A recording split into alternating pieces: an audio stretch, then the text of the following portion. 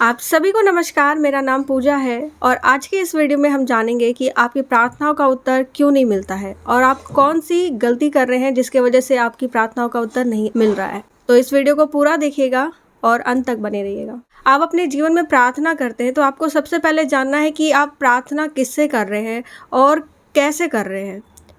अगर आपको ये नहीं पता तो आपको ये पता नहीं चल पाएगा कि आपको प्रार्थना का उत्तर कैसे मिलेगा और आप कैसे प्रार्थना में आगे बढ़ेंगे, आपका आत्मिक जीवन कैसे बढ़ेगा। तो जो प्रार्थना है वो हमें परमेश्वर से जोड़ती है।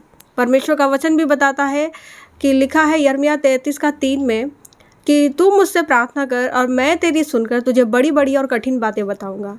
तो परमेश्वर तैयार है हमें बड़ी बड़ी बातों को बताने के लिए, लेकिन हमें तैयार रहना है कि उन बड़ी बड़ी बातों को समझने के लिए हमें खुद का आत्मिक जीवन को मजबूत बनाना है।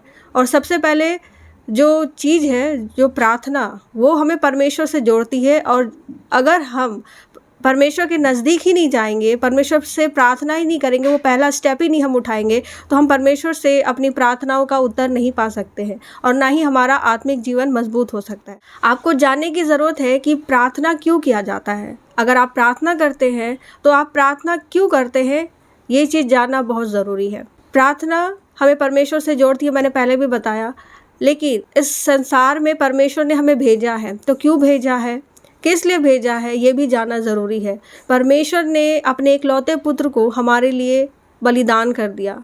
क्यों? ताकि हम बचाए जाए। हमें इतनी ताकत नहीं, हमें इतनी सामर्थ नहीं थी कि हम उस वक्त अब उन पापों को जो हमने किया था उसके लिए हम खुद को बलि चढ़ा सके, उस दर्द को हम सह सके। इसलिए परमेश्वर ने अपने इकलौते पुत्र को हमारे लिए, आपके लिए बलिदान कर दिया और उसने अपने लहू के द्वारा हमें बचाया है।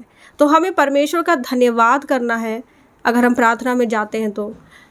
क्यों? परमेश्वर ने अपना इकलौता बेटा हमारे लिए दे दिया। हमें परमेश्वर का धन्यवाद करना चाहिए कि हम इस संसार में आए और परमेश्वर हमें प्रोटेक्ट करते हैं।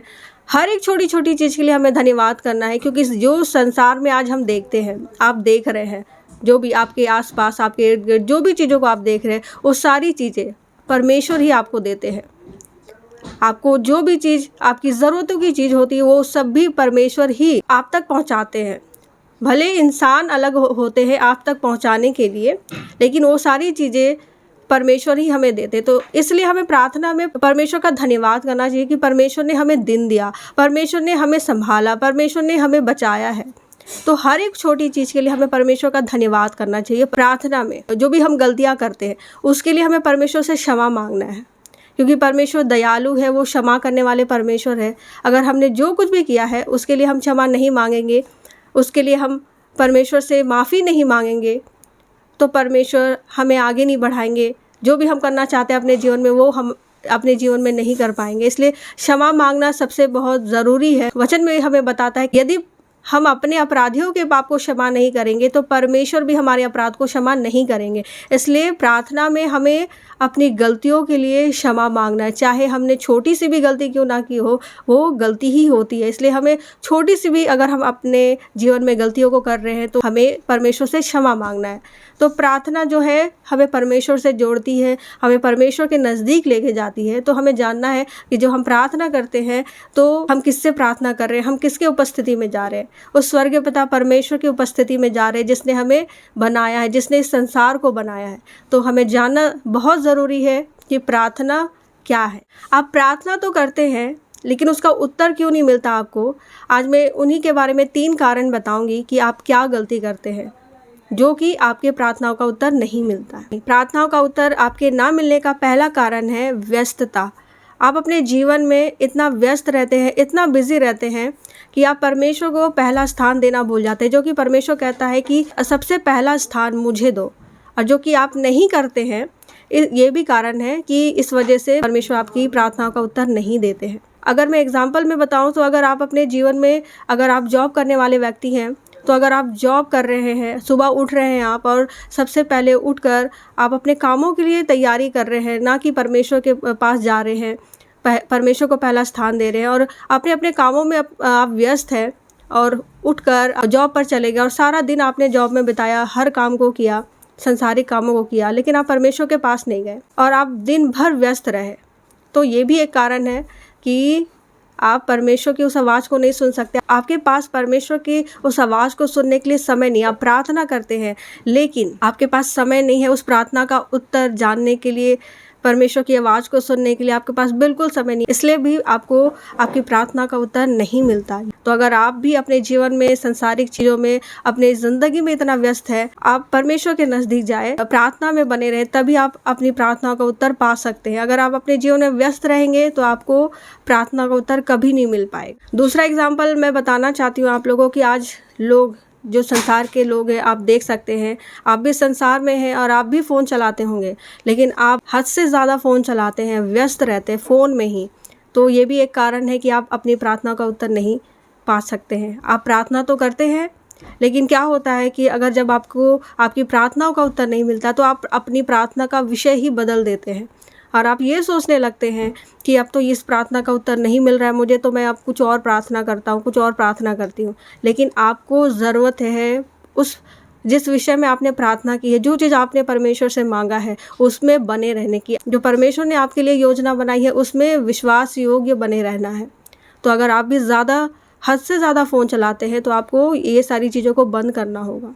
आप फ़ोन चला सकते हैं, अपनी ज़रूरतों के कामों को कर सकते हैं, लेकिन हद से ज़्यादा फ़ोन में लगे रहना ये भी एक कारण है कि आप परमेश्वर से दूर हो रहे हैं, परमेश्वर की उस आवाज़ को नहीं सुन पा रहे जो परमेश्वर आपके लिए तैयार कर रहे हैं। तो आपको फ़ोन से दूर रहना है। ज़्यादा महत्व आप अपने काम को दे रहे हैं, अपने परिवार को दे रहे हैं, तो ये भी एक कारण है कि आप अपनी प्रार्थना का उत्तर नहीं पा सकते, क्योंकि आप तो हर वक्त उन्हीं कामों में व्यस्त रहेंगे, उन्हीं चीज़ों में व्यस्त रहेंगे।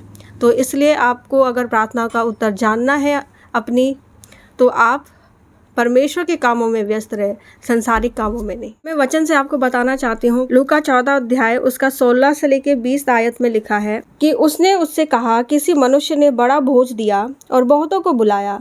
जब भोजन तैयार हो गया तो उसने अपने दास के हाथ आमंत्रित लोगों को कहला भेजा, आओ अब भोजन तैयार है। पर वे सब के सब क्षमा मांगने लगे। पहले ने उससे कहा, मैंने खेत मोल लिया है और अवश्य है कि उसे देखूं। मैं तुझसे विनती करता हूँ, मुझे क्षमा कर दे। दूसरे ने कहा, मैंने 5 जोड़े बैल मोल लिए हैं और उन्हें परखने जाता हूँ। मैं तुझसे विनती करता हूँ, मुझे क्षमा कर दे।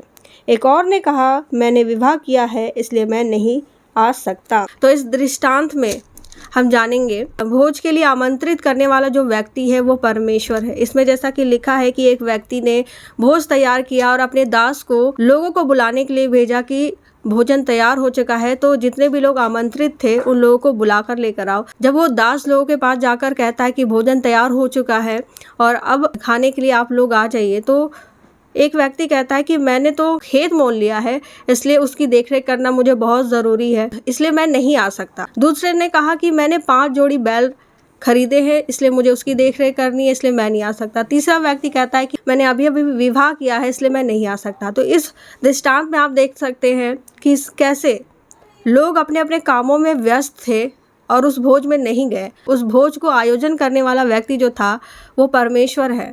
इस दृष्टांत में हम देख सकते हैं कि परमेश्वर हम लोगों को बुला रहे हैं, लेकिन लोग अपने अपने कामों में इतना व्यस्त है कि वो परमेश्वर के नज़दीक आना नहीं चाहते। यहाँ पे परमेश्वर बुला रहे हैं।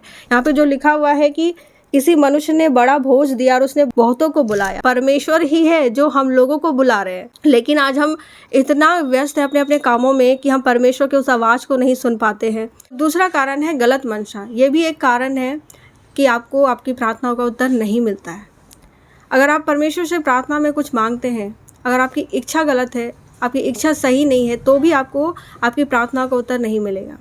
तो ये एक कारण है। मैं वचन से आपको बताती हूँ। याकूब 4 अध्याय उसका 3 आयत में लिखा है, तो मांगते हो और पाते नहीं, इसलिए कि बुरी इच्छा से मांगते हो, ताकि अपने भोग विलास में उड़ा दो। तो इस वचन के द्वारा हम यही जानते हैं कि अगर आप कुछ भी मांगते हैं प्रार्थना में, अपनी जो भी चीज़ें जो आपके पास नहीं है, आप परमेश्वर से मांगते हैं, अगर आपकी इच्छा सही नहीं है, आपकी मनसा अच्छी नहीं है, तो वो चीज़ आपको नहीं मिल सकती, क्योंकि परमेश्वर वो उन चीज़ों को देखते हैं, आपके मन को देखते हैं। मनुष्य तो आपके बाहरी मनुष्यत्व को देखेगा, लेकिन परमेश्वर आपके मन को जांचने वाले परमेश्वर है। अगर आप अच्छी इच्छा से नहीं मांग रहे हैं तो वो चीज़ आपको कभी नहीं मिलेगी। आज बहुत सारे लोग, यूथ लोग, अगर किसी को पसंद करते हैं, या अगर वो एक लड़की है या अगर वो एक लड़का है, अगर वो किसी कोई लड़का एक लड़की को पसंद करता है तो वो चाहता है कि वही लड़की से उसकी शादी हो।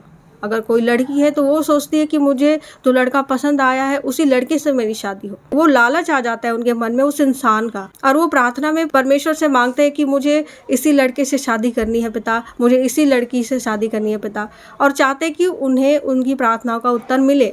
अगर आपकी इच्छा ऐसी है तो परमेश्वर आपको कभी नहीं उस प्रार्थना का उत्तर देंगे, क्योंकि वो परमेश्वर दयालु है, वो परमेश्वर है, वो जानते हैं हमारा अच्छा और बुरा, है ना। तो अगर आप भी ऐसी इच्छा से मांगते हो तो आपको आपकी प्रार्थना का उत्तर नहीं मिलेगा।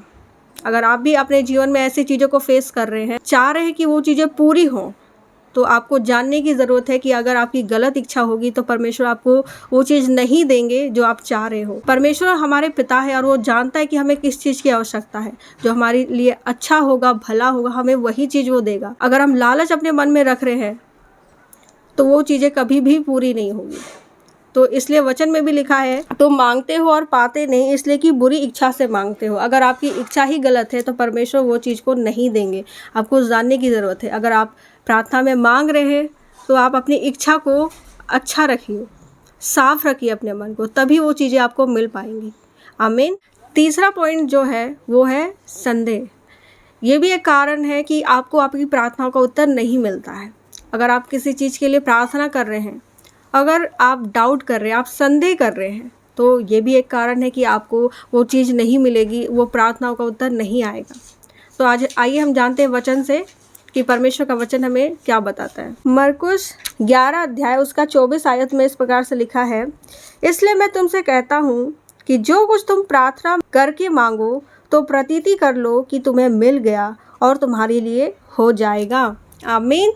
तो इस वचन में परमेश्वर हमें बता रहे हैं कि अगर आप जो कुछ भी मांगते हैं प्रार्थना में, जो भी आपकी ज़रूरत है, जो भी आपकी इच्छा है, आप अगर उसको मांगते हैं तो प्रार्थना जब आप कर रहे हैं तो उसे आप पूरा छोड़ दीजिए कि आपने जो कुछ भी मांगा है वो परमेश्वर ने सुन लिया और वो आपके जीवन में पूरा हो चुका है। ये वचन हमें यही बताता है।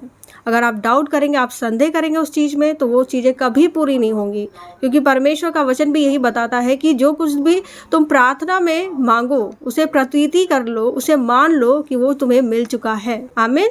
तो आपको मानना पड़ेगा। आप जो कुछ भी मांगते हैं प्रार्थना में, जो कुछ भी आपको चाहिए, उसे आपको मानना पड़ेगा कि वो मेरे जीवन में, वो आपके जीवन में पूरा हो चुका है, तभी आपको आपकी प्रार्थना का उत्तर मिलेगा। अब प्रार्थना कर रहे हैं, आपका जो विश्वास है डगमगा रहा है, सोच रहे हैं कि जो मैंने मांगा है क्या पता मुझे मिलेगा या नहीं मिलेगा, क्या पता परमेश्वर मेरी प्रार्थना को सुन भी रहे हैं या नहीं सुन रहे। अगर आप ऐसा संदेह करेंगे तो वो चीज़ें आपके जीवन में पूरी कभी नहीं होगी।